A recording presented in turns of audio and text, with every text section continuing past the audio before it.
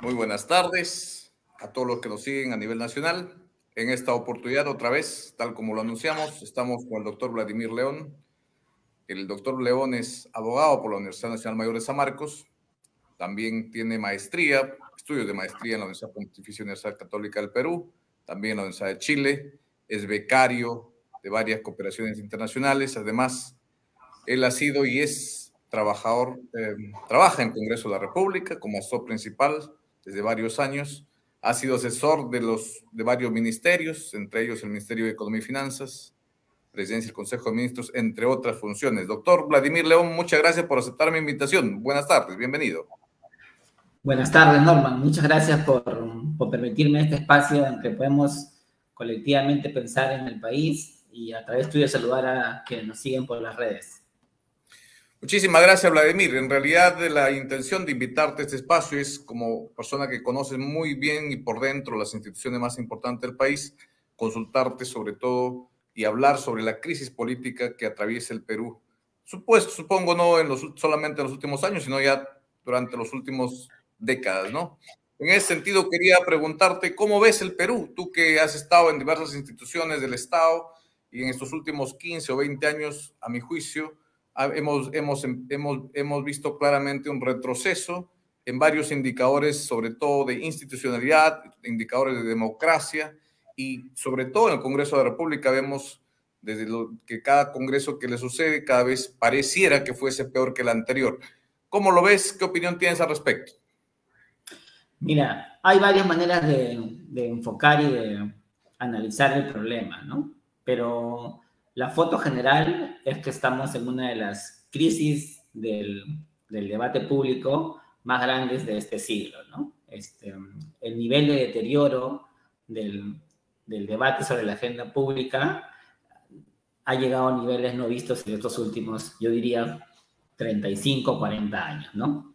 O sea, hay un agotamiento de la transición democrática, ese impulso que después de la caída del gobierno de Fujimori permitió impulsar la implementación de algunas reformas políticas, de reformas institucionales, se ha agotado, ¿no? Básicamente porque ha habido debilitamiento de algunos actores y empoderamiento de otros, ¿no? Entonces, claramente, los actores institucionales han o desaparecido del juego o se han debilitado al punto tal que no han logrado mantener la agenda de las reformas institucionales, ¿no? Y como tú bien planteaste hoy, estamos viviendo pues un vacío de poder que ha permitido que agendas más de corto plazo tomen los espacios de poder, ¿no? Y hoy, por diversas circunstancias, estas agendas de cortos plazos han encontrado un incentivo para unificarse y son los que ahora están controlando el Estado. Yo diría, si vamos a ponerle un porcentaje, en el 70% de la cosa pública, ¿no? Tenemos, como nunca antes, yo diría que hasta más que Fujimori, un control institucional de un mismo bloque político, ¿no? Lamentablemente, un bloque político que prioriza sus intereses particulares, la impunidad para los delitos que les persiguen, o finalmente la correlación con mafias que están haciéndole mucho daño al país. Vladimir, en ese análisis que tú has planteado, has suelto muchas ideas que sin duda me gustaría un poco ahondar. Por ejemplo, has hablado claramente de la crisis de la representatividad, sobre todo de actores. Estamos a menos de 2 años y medio ya de las próximas elecciones, y en este punto, ¿tú ves alguna esperanza? ¿Ves algunos nuevos actores que emergen y que de pronto van a poder dar algún signo de esperanza para que las nuevas elecciones no repitan estos errores y estos serias carencias que esta situación actual vivimos? ¿Cómo analizas tú esto en función de las próximas elecciones del 2026? ¿Qué es lo que ves? Las elecciones siempre son una oportunidad, ¿no? Porque es un espacio que no se puede controlar al 100%.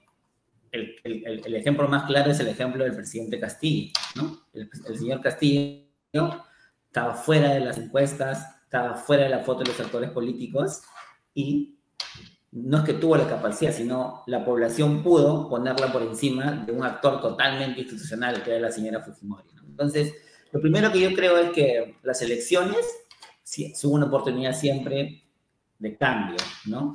De desbalance de poder y de permitir un nuevo reacomodo de las fuerzas, y que eso puede terminar siendo un espacio de oportunidad para poder retomar la agenda de las reformas institucionales, ¿no? Pero claro, lo que yo te digo, lo saben todos, que las elecciones son una oportunidad y también una crisis. Entonces, ¿qué está pasando en este momento? Que esta misma red, que en este momento controla, diríamos, el 70% de las instituciones estatales, está tratando de que las elecciones sean los menos competitivamente posibles, ¿no?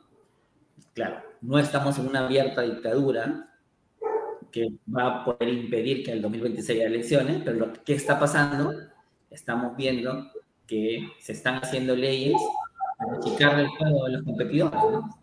Porque hasta noviembre un partido se inscribía con 23.000 militantes. A partir de noviembre necesita 23.000 militantes y 700.000 firmas. Tú necesitabas hasta noviembre solamente tener un año previo de militancia. Ahora hay proyectos de ley que quieren elevar a 3 años de militancia. Entonces, ¿qué es el juego? Achicar los competidores.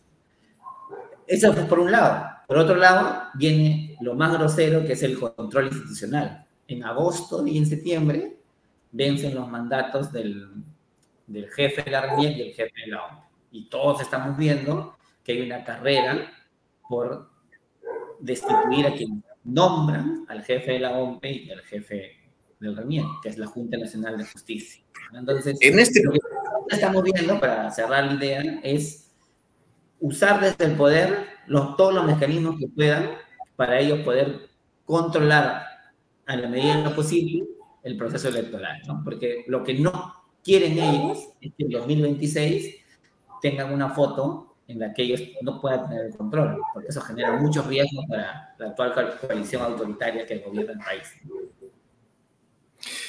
Qué interesante esto que menciona Vladimir, porque creo que este copamiento institucional ya el Perú lo vivió en su momento. Creo que a finales de los 90 fue algo muy parecido. Incluso hay, creo, videos, si mal no recuerdo, en donde se diseña pues una como estrategia y como táctica en realidad ir copando institución por institución, sobre todo las que tienen que ver con el proceso electoral, como bien lo ha señalado. ¿Qué tan seria es esta amenaza en realidad? ¿Cómo ves tú, yendo al tema de la Junta Nacional de Justicia, que a mi juicio, y creo que al juicio de muchas personas también que ven este tema de cerca, es una exageración, es una acción desproporcional, es un abuso del derecho en todo caso de las facultades que el Congreso tiene, sobre todo porque rompe la institucionalidad, no tanto porque si fuese quizás la crítica al desempeño de la Junta Nacional de Justicia quizás hasta razonable sería, porque creo que, no sé si tú coincides conmigo, pero a mi juicio yo creo que el hecho de que esta Junta Nacional de Justicia haya producido una fiscal como la que está recientemente defenestrada, creo que es una muestra de que tan bien no lo estaban haciendo. Al contrario, creo que estaban actuando sus decisiones no estaban siendo muy sensatas, que digamos, ¿no? Entonces, ¿cómo ves tú este tema y qué tan factible es que efectivamente se dé esta ruptura y básicamente este petardo contra la Junta Nacional de Justicia? ¿Tú crees que la Junta Nacional de Justicia va a ser defenestrada de todas maneras? ¿Cómo se percibe desde adentro? Me tomo un minuto antes de responder a tu pregunta para terminar de diagnosticar el régimen actual, porque creo que con un diagnóstico claro de cómo nos movemos, también finalmente se tiene claridad sobre las acciones que este espacio hace, ¿no? Tú hiciste una comparación con el fujimorismo, ¿no? Y los años duros en el que tenemos como una foto clara la institución de los magistrados del TC, ¿no?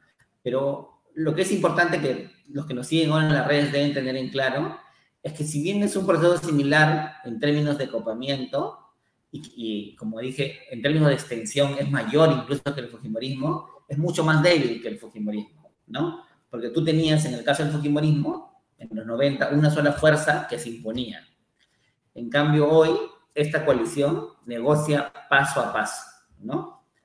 Y se le está acabando los espacios de negociación, ¿no? Negocian con el presupuesto público, negocian con los puestos en el TC, negocian con la Defensoría, ¿no? Negocian con un proyecto de ley, pero claro, la torta tiene un tamaño y si los jugadores se la están comiendo, en algún momento se acaba. Y eso genera huecos y debilidades. La caída de Patricia Benavides es claramente que chocaron dos actores de ese proceso y el más fuerte se la comió. O sea, el Ejecutivo finalmente dijo, ¿sabes qué? No nos conviene que la señora Patricia tenga tanta fuerza, se está empoderando demasiado, es momento de sacar de juego ese operador.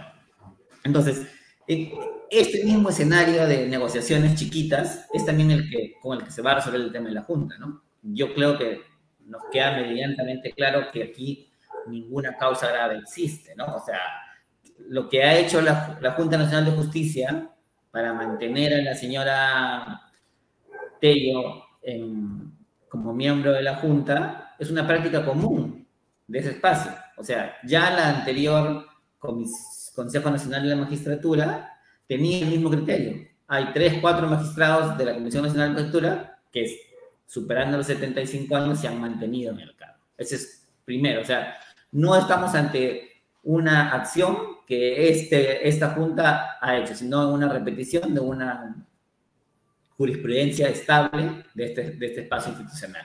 Segundo, no había tampoco margen para que la Junta Nacional de Justicia pueda decirle a la señora Tello, bueno, señora Tello, usted cumplió 75 años, retírese, porque las causales de vacancia solo son 4, muerte, enfermedad, renuncia y sentencia por delito doloso. Entonces, si la Junta sacaba a la señora Tello por una causal no existente, era evidentemente una infracción a la Constitución, porque la restricción de derecho debe ser expresa, ¿no? Y así podemos encontrar varias explicaciones para dejar claro que no estamos ante un supuesto de causa grave, ¿no? Entonces, resuelto el tema de que no estamos ante un tema de causa grave, lo que queda es explicar qué buscan, ¿no? Como ya hemos explicado, lo que buscan es controlar al operador que finalmente designa, no solo el sistema electoral, ojo, hay que tener presente que de las 2 fuerzas que se han sumado en este espacio para remover a la Junta, tenemos a Keiko Fujimori, que empieza un juicio ahora en julio por lavado de activos, y claramente tenemos a un señor prófugo de la justicia, que es el señor Cerrón, que lidera a Perú Libre, que también se ha sumado a la remoción, ¿no? Entonces, en ese escenario, la primera reacción es muy fácil que consigan los 87 votos, ¿no? Pero tienes que sumarle a eso que las bancadas que no están tan metidas en el tema están negociando punto por punto la entrega de sus votos para ese espacio. Entonces yo diría que si bien hay una posibilidad de que ellos puedan alcanzar los 80 votos que requieren, yo creo que sí hay un espacio todavía para que en la negociación alguna bancada se retire de este espacio. Un ejemplo, APP es muy costosa esta negociación, ¿no? Entonces, ellos van a pensarlo bien, el bloque magisterial está dividido, ¿no? En la Junta, en la Comisión Permanente de la Subcomisión se han abstenido, Podemos también está dividido, la bancada Cambio Democrático Juntos Perú está claramente en contra, la bancada Nueva Constitución también. Entonces, todavía yo creo que hay un espacio para seguir conversando, discutiendo, ¿no? Yo no diría que es un hecho inevitable la remoción de la Junta. Las posibilidades en este momento juegan a favor de quienes están buscando la remoción, pero todavía hay espacios para la negociación, para la conversación, ¿no? No hay acá claramente un espacio para la reflexión racional de si eso no es causa grave, no, eso está fuera de discusión. Lo que hay es acá una negociación chiquita de que si me conviene o no votar a favor o no de este acto que claramente es una intervención en la autonomía e independencia del sistema de justicia, ¿no? Bien, has delimitado, creo muy bien, Vladimir, las circunstancias y el tema de cómo desde el Congreso se está viviendo este tema y de un modo u otro la erosión de la institucionalidad, que además lo han denunciado muchísimas instituciones internacionales, incluso algunas revistas internacionales de gran prestigio también como The Economist, llamando incluso a nuestro sistema democrático híbrido, ¿no? Lo cual nos pone al mismo nivel que varios países con regímenes claramente autoritarios, ¿no? En este punto creo que es conveniente y sería útil también escuchar tu punto de vista, porque tú también has estado en el Ejecutivo en más de una ocasión, y por lo tanto, ¿cuál es tu análisis del gobierno? ¿Este gobierno dura hasta el 2026? ¿Se afianza en el poder? ¿Hay necesidad de cambio? Es un gobierno que el desempeño económico, por lo menos el año pasado, fue desastroso, sobre todo comparado con nuestros pares latinoamericanos. ¿Cómo se ve? ¿Cuál es este maridaje, además, que vemos entre el Congreso y el gobierno, que ya pareciera que el gobierno es simplemente una marioneta del Congreso? Es así como algunos lo ven. ¿Ustedes cómo lo ven desde tu punto de vista? Yo creo que has hecho una buena gráfica de lo que estamos viviendo, ¿no? El Ejecutivo finalmente no... sus límites de actuación están totalmente controlados por el Congreso, ¿no? Y yo creo que ha quedado claro que el gobierno va a quedarse hasta 2026. ¿Y por qué lo digo, no? El gobierno ha pasado por, yo diría hasta el momento, por 3 etapas, ¿no? Luego, el 7 de diciembre, hay una negociación corta donde la señora Boluarte tiene un poco de espacio y nombra ministros con un poco más de libertad, ¿no? Incluso en los primeros 19 ministros hubieron un ministro de izquierda y ministros progresistas, ¿no? Entonces fue como una negociación en la que ella todavía tenía un espacio de control del poder, ¿no? Eso pasa muy rápido por el tema de las muertes. Los progresistas y los de izquierda salen del gobierno y se queda una coalición muy chiquita, técnicos de muy bajo nivel, ¿no? Y luego viene una segunda etapa en la que hay creo que en el gobierno vuelve a lo que Castillo nos había acostumbrado y empieza a distribuir algunos ministerios en función de cómo le responde el Congreso, ¿no? APP vuelve a manejar algunos ministerios, Fuerza Popular por su lado, Avanza País en algunas direcciones, ¿no? Entonces, pero eso generó lo que tú acabas de comentar, un fracaso en la gestión pública, ¿no? O sea, un gobierno sin rumbo, con el único objetivo de durar hasta el 26, sin capacidades técnicas de liderazgo, ¿no? Debe ser el periodo de gobierno donde más viceministros han pasado a ser ministros, ¿no? Es una cosa que no se ha visto en nuestra historia reciente. Pero eso se agotó, ¿no? El intercambio solo para cumplir la cuota a las bancadas se agotó. ¿Y por qué se agota? Porque el costo de mantener esta situación hasta el 26 es muy alto para los partidos que sostienen al gobierno.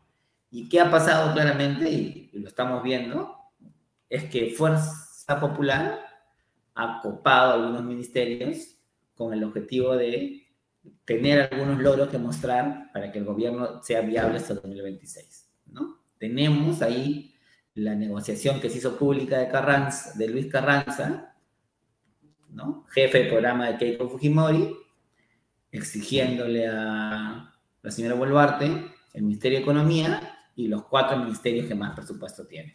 Esa negociación se cae porque APP, como dicen los rumores, no cede, pero ante la crisis, que es la recesión, ¿no? La incapacidad de sostener el presupuesto, el aumento de la pobreza y finalmente el impacto que tiene en la macroeconomía este desorden, cede la señora Dina y estamos en la tercera etapa del gobierno, que es preparar un gobierno para llegar al 2026, donde haya ciertos perfiles técnicos que vuelvan a tranquilizar al empresariado, ¿no? Y le digan, ¿sabes qué? Oye, podemos seguir peleándonos, pero vamos a hacer un intento de primero respetar la caja fiscal. Segundo, y va a ser público ahora, lo ha anunciado el ministro de Economía, viene un decreto de urgencia de austeridad, ¿no? Porque en este desorden, el Congreso anterior aprobó un presupuesto que no se puede financiar, entonces viene el ajustón, ¿no? Y han chapado también los ministerios claves como son energía y minas, transportes, que ya lo tenían, ¿no? Y ambiente. Entonces, yo creo que viene un periodo de 2 años en que van a intentar mostrar algunos logros, van a tecnificar un poco más los gabinetes, pero con el objetivo de llegar viables al 2026, porque claramente lo que va a haber en la campaña es quiénes sostuvieron a Dina Boluarte y quiénes no. Entonces, en ese espacio lo que ellos están buscando es llegar con con un poquito más de fuerza el 26, ¿no? Y no exponerse tanto a una derrota. Qué preocupante lo que menciona Vladimir, porque evidentemente bajo ese esquema en donde has mencionado varios ministros que son funcionales directamente al Congreso y prácticamente son imposiciones del Congreso hacia el Ejecutivo, y como es obvio quizás en el tema de Alianza para el Progreso también, ¿no? Con su ministro que fue su congresista del mismo partido, ¿no? Entonces, en este caso, ya estamos prácticamente hablando ya no de un presidencialismo, sino básicamente de un parlamentarismo disfrazado, ¿no? En cierto sentido. Tú ves que esta posición quizás le puede causar demasiado daño, sin duda, al país, y cuáles serían las consecuencias, en todo caso, de mantener un gobierno, básicamente, cuyos checks and balances ya desaparecieron. ¿Hacia dónde nos lleva esto? Y sobre todo cuando se sabe que hay un partido político, por ejemplo, en plena construcción y que es el hermano de la presidenta de la República. Estamos, en todo caso, viendo o asistiendo a poniendo el pavimento del camino hacia un posible autoritarismo en el 2026, ¿o cómo lo ves tú este tema? Mira, has planteado varios temas. Uno es el parlamentarismo y creo que le hacemos un favor llamando parlamentarismo a este espacio. Lo que hay es una usurpación del Congreso de espacios de autonomía del Ejecutivo. Y hay una usurpación que no es pública y limita la rendición de cuentas, ¿no? Porque finalmente, si tuviéramos un parlamentarismo puro, el Congreso nombraría al premier y la recesión, el hambre, el dengue, ya no voltearían a exigirle a Dina, no están haciendo nada, voltearían a exigirle a las fuerzas políticas del Congreso, oye, hermano, no estás haciendo nada. Entonces, ¿ahora qué tenemos?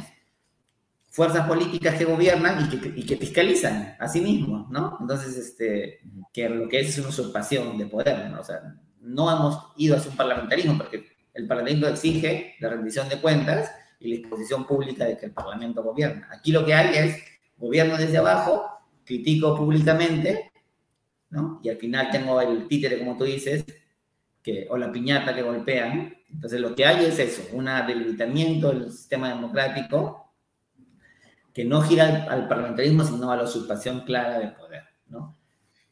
Ahora, bajo este esquema, Vladimir, evidentemente tenemos esas circunstancias bastante reales y a la vez bastante preocupantes.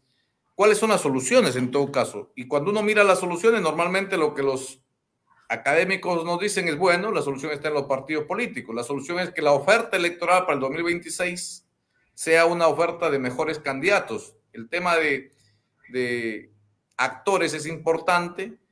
Los que van a representarnos en el 2026 deben tener cualidades mínimas necesarias para poder representarnos, pero hay un trabajo paralelo que se viene haciendo, la sociedad civil se está organizando, los partidos políticos que no están representados actualmente en el Congreso están haciendo su trabajo, o hay algún partido político que a lo mejor, a tu juicio, esté potenciándose en esa línea, en la línea de atraer talentos, gente que realmente conozca de gestión pública, conozca el manejo del Estado, pero muy importante aún, que tenga la integridad y ética profesional muy bien clara y bien desarrollada.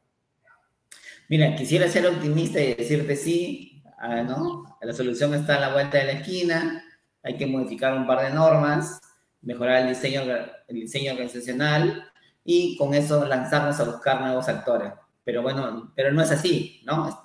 Arrastramos una crisis de casi 30 años y hemos venido repitiendo los errores, ¿no? Entonces, no creo que a corto plazo tengamos una solución que enrumbe al país otra vez hasta reformas que impacten sobre la calidad de vida de los ciudadanos, ¿no? Yo creo que lo que tenemos a la cerca, uno, son elecciones.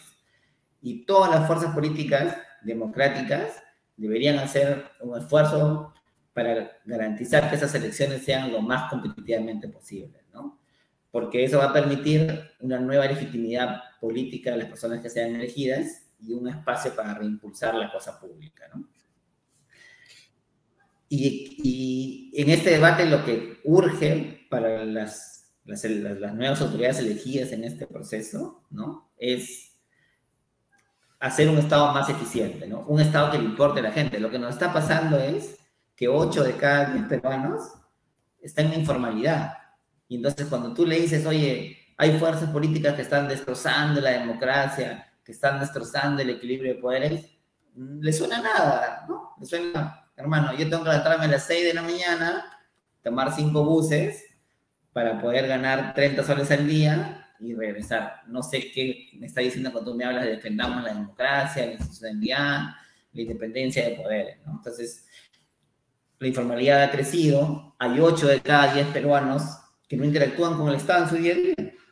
Entonces, urge que buscar líderes políticos, organizaciones políticas, liderazgos ciudadanos, ¿no? Envolver a juntar esta relación Estado-ciudadano, ¿no? En que el ciudadano entienda que tiene que defender lo público, ¿no? Y exigir que lo público mejore, ¿no? Y creo que no estamos caminando hacia ese lado. No. Tenemos una crisis compleja que no solo es institucional, sino también es de la cultura política, ¿no? Y creo que ahí, como tú bien dices, es responsabilidad de los partidos que están dentro y de los que están afuera, ¿no? Porque no vemos también liderazgos desde fuera, ¿no? Demandando esto, movilizando a la gente, representando sus demandas. Entonces, creo yo que vamos a todavía estirar un poco más esta crisis. Yo creo que lamentablemente tenemos 2 periodos más complejos y ahí hay algunas señales buenas, yo diría que sí, ¿no? En el diseño institucional, no, creo que este Congreso no tiene la legitimidad para lograr la bicameralidad, pero es importante mejorar la representación, ¿no? Y debatir una cosa que permita más espacios y balances internos, ¿no? Eso es importante, pero yo creo que sí estamos en una etapa crítica y que la salida de este proceso no es a corto plazo. Necesitamos pensar en un plan de 10 años mínimamente que nos permita enrumbar nuevamente el país, ¿no? No hay mencionaste, Vladimir, perdona que te corte, mencionaste el tema de la bicameralidad. Este proyecto ya se votó, entiendo yo, y está para una segunda votación ahora en la próxima legislatura. ¿Cómo está el ambiente en el Congreso? ¿Cuáles son las fuerzas políticas? ¿Crees que va a pasar o crees que al ser un tema un poco que la ciudadanía lamentablemente lo rechaza, pues a lo mejor pueden pensarlo 2 veces y pararlo un poco? ¿Cómo ves este tema? No, yo te diría con seguridad que no. Como comencé esta conversación, ¿no? Es de los periodos en que el debate público se ha deteriorado significativamente, ¿no? Tenemos unos actores políticos totalmente a espaldas de lo que la población exige, ¿no? Y al no tener la población mecanismos para este cambio rápido de autoridades, están actuando todos en líneas paralelas, ¿no? Entonces, no va a ser un obstáculo para esta coalición el rechazo que hay de la población sobre la bicameralidad, ¿no?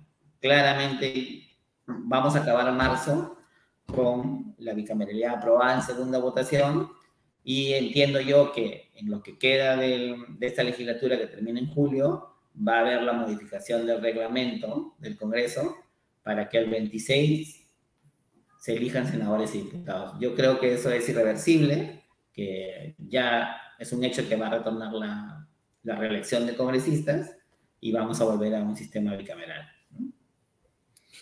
Podríamos hablar un solo día también sobre el tema de la bicameralidad, porque más allá de que no hay legitimidad del Congreso, el mismo diseño tiene problemas, ¿no? Pero bueno, es un tema que podríamos debatirlo. No, lo podemos tratar en otro tema aparte, como corresponde, porque efectivamente el tema de la bicameralidad, incluso hubo un referéndum, como se sabe, pero evidentemente todos los académicos casi coinciden en la importancia como un contrapeso para que las leyes no se aprueben con tanta premura y sin la debida ponderación, que es lo que corresponde a una ley que afecta la vida de todos los peruanos, ¿no? Pero una ley no afecta simplemente a un grupo pequeño, afecta a todos y por igual. Entonces, la reflexión es uno de los beneficios, entiendo yo, de la bicameralidad, entre otras, ¿no? Pero bueno, otro tema antes de terminar, Vladimir, te agradezco por tu tiempo, sé que estás con muchas tareas, pero el Poder Judicial.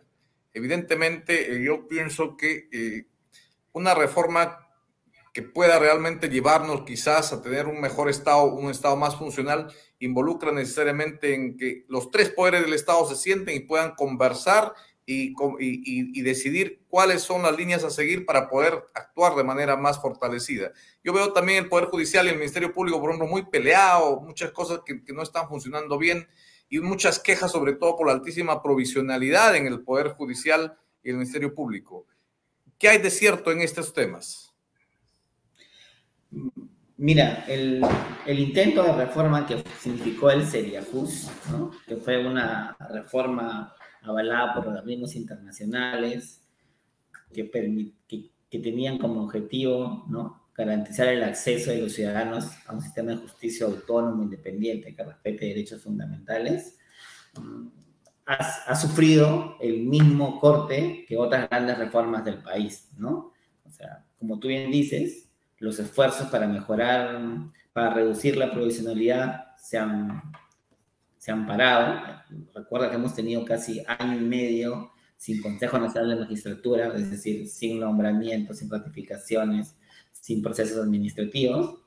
Y ahora tenemos una junta que también la estamos como golpeando, ¿no? O sea, el órgano que elige y fiscaliza a los magistrados tiene desde el 2018 hasta el 2023 5 años caminando con un pie, ¿no? Entonces, de ahí tenemos un problema, ¿no?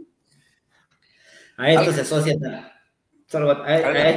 también las crisis de poder que hay en ambas instituciones, ¿no? En el Ministerio Público, después de la salida de Pablo Sánchez, el señor Chávez duró 7 meses, la señora Benavides año, un mes, entonces hay también crisis internas que no están manejando. Entonces, ha habido varias propuestas para modificar los criterios de elección de las autoridades, ¿no?, que se han paralizado. Pero no todo es negativo, ¿no? Si bien no siempre la foto de quien dirige una institución en un momento específico define si es bueno o malo el diseño institucional, pero yo creo que un avance importante ha sido la independización de los espacios de control. Antes, un fiscal supremo investigaba a los fiscales que cometían alguna infracción, es decir, entre ellos mismos se investigaban, y lo mismo pasaba con el Poder Judicial. Un juez supremo dirigía el OCMA e investigaba a los jueces, ¿no? Hoy ya hemos logrado independizar esos dos espacios y tenemos una Autoridad Nacional de Control que sanciona estas infracciones y también una Autoridad Nacional de Control del Poder Judicial que controla a los jueces, que creo que a largo plazo van a dar frutos significativos, ¿no? Pero hay una paralización que primeramente termina en lo que la ciudadanía siente, ¿no? Retrasos, juicios que demoran años. Mira, casos tan públicos como Odebrecht, la señora Villarán tiene 6 años en prisión domiciliaria y eso no avanza, ¿no? Y la señal de impunidad que se transmite es grave para la población. Efectivamente, Vladimir, yo pienso que ahí hay bastantes críticas acertadas, además, al mal diseño o al mal funcionamiento, pero como tú bien dices, hay algunos visos de esperanza. En todo caso, pues será ver qué nos ofrecen las próximas candidaturas al gobierno dentro de poco, ya no menos de un año prácticamente empezará la carrera electoral. Y bueno, yo no veo actores que destaquen ahora mismo, excepto, bueno, porque Keiko seguramente va a estar ahí entre los sindicados y demás, quizás algunos de los extremos, como ya vimos en una encuesta recientemente, que a mi juicio también quizás encuestas manipuladas, ¿no? ¿Cómo ves ese tema? Pero primero, preciso, no falta un año, las elecciones ya empezaron. El día de ayer, el Jurado Nacional de Elecciones, en su esfuerzo por regular las elecciones primarias, como todos sabemos, se eliminaron a PASO el último día hábil del Congreso. La contrarreforma, ¿no? A tu juicio. ¿No? Entonces, el Jurado Nacional, en respuesta a esto, ha sacado ayer 3 reglamentos para un poco garantizar que se respeten las elecciones primarias, la más interna entre los partidos. Y para permitir eso, ha extendido el programa electoral y la fiesta electoral empieza ahorita, porque el plazo para que una persona esté inscrita en un partido se ha adelantado. Al adelantarse la elección primaria a junio del 25, el año anterior ha corrido a junio del 24. Entonces, una persona que quiere ser candidato tiene hasta el 16 de julio del 2024, o sea, 4 meses, para inscribirse. Si no, va a estar fuera del 26. Imagínate, mira. Sí, igual han adelantado a junio del 25, o sea, un año antes de la elección, las alianzas. O sea, eso también va a ser un motivador importante para cómo vaya el gobierno, ¿no? Porque también yo creo que eso va a generar más críticas al gobierno, porque al estar todos ya en campaña, defender al gobierno tiene un sentido. Entonces, vamos a ver mucho el tablero, ¿no? Con este adelanto del proceso electoral. Excelente, Vladimir. Bueno, hay muchos temas que sin duda contigo tenemos que hablar, pero esta era una primera oportunidad donde podíamos discutir varios temas, quizás como preámbulo a muchas conversaciones más específicas sobre temas puntuales que tú sé que manejas con mucha prestancia. Así que te comprometo pues a seguir hablando sobre diversos temas en lo que queda en este programa, que es un espacio básicamente pensado para discutir estos temas que por desgracia no se ve en la discusión cotidiana, por menos en los medios de comunicación. Yo creo que lamentablemente el financiamiento de los partidos políticos, que quizás debiera propiciar que haya más gente involucrada y hablando sobre estos temas, lejos de hacerlo, ha desincentivado, ¿no? Sí, no ha funcionado como se pensó el financiamiento público, ¿no? Como ya hemos visto, increíblemente se gasta poco, que es una cosa, tanto critican los actores a los gobiernos regionales, locales, de que no gastan su presupuesto. Lo primero que vemos es que los partidos tampoco gastan, ¿no? Y si gastan, están gastando en sueldos o comprando locales, ¿no? O sea, hay un problema ahí de actores bien grave. Entonces, yo creo que también la OMPE juega el papel en que la fiscalización está muy al detalle, ¿no?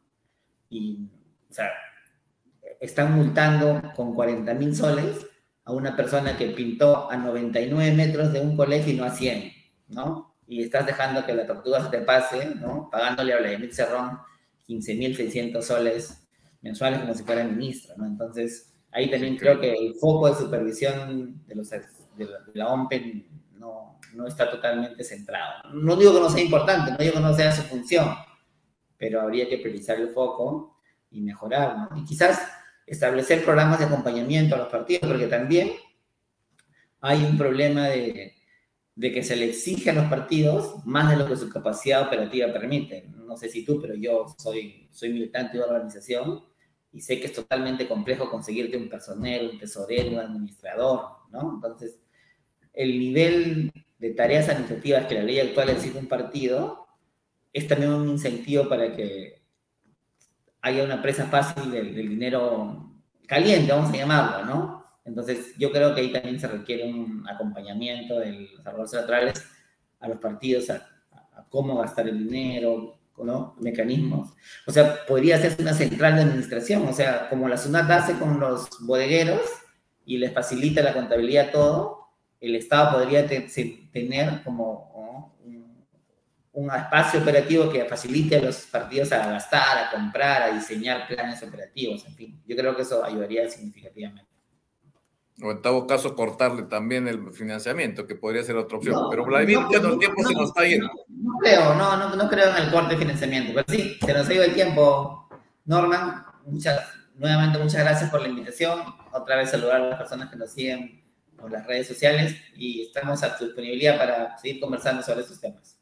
Vladimir, ha sido muy refrescante pues escucharte, tenerte aquí. Yo veo que tienes una visión totalmente distinta a lo que normalmente escuchamos siempre, porque a ti te acompaña experiencia en el campo y eso es importante y es algo que a veces no se ve, ¿no?, en los comentaristas de algunos medios de comunicación masivo. Yo te agradezco por tu tiempo y de verdad te comprometo a seguir hablando sobre estos temas. Creo que hay muchos temas en el tintero, así que hasta pronto, pues Vladimir. Gracias por participar con Política y Poder.